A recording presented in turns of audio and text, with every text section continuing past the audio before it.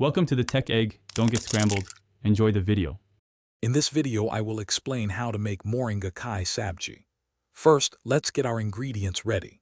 You'll need about 250 grams of fresh Moringa pods, along with common spices like turmeric, chili powder, and garam masala. Begin by thoroughly washing and peeling the pods, then cut them into uniform 2-inch pieces. Also, finely chop 1 medium onion, 1 tomato, and a small amount of ginger and garlic for the base. Now, let's start cooking the base for our delicious sabji. Heat about 2 tablespoons of your preferred cooking oil in a pan or kadai over a medium flame. Once the oil is hot, add 0.5 teaspoon of cumin seeds and let them splutter for a few seconds, releasing their aroma. Then, add your finely chopped onions and sauté them patiently until they become translucent and develop a light golden color.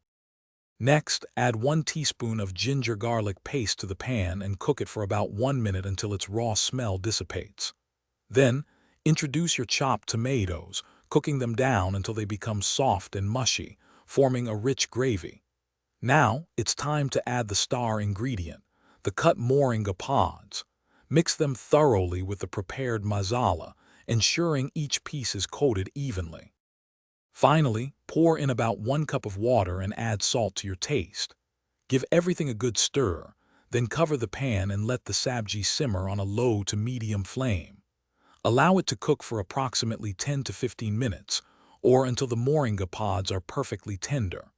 Once cooked, garnish your flavorful Moringa sabji with fresh chopped coriander and serve it hot with your favorite roti or rice.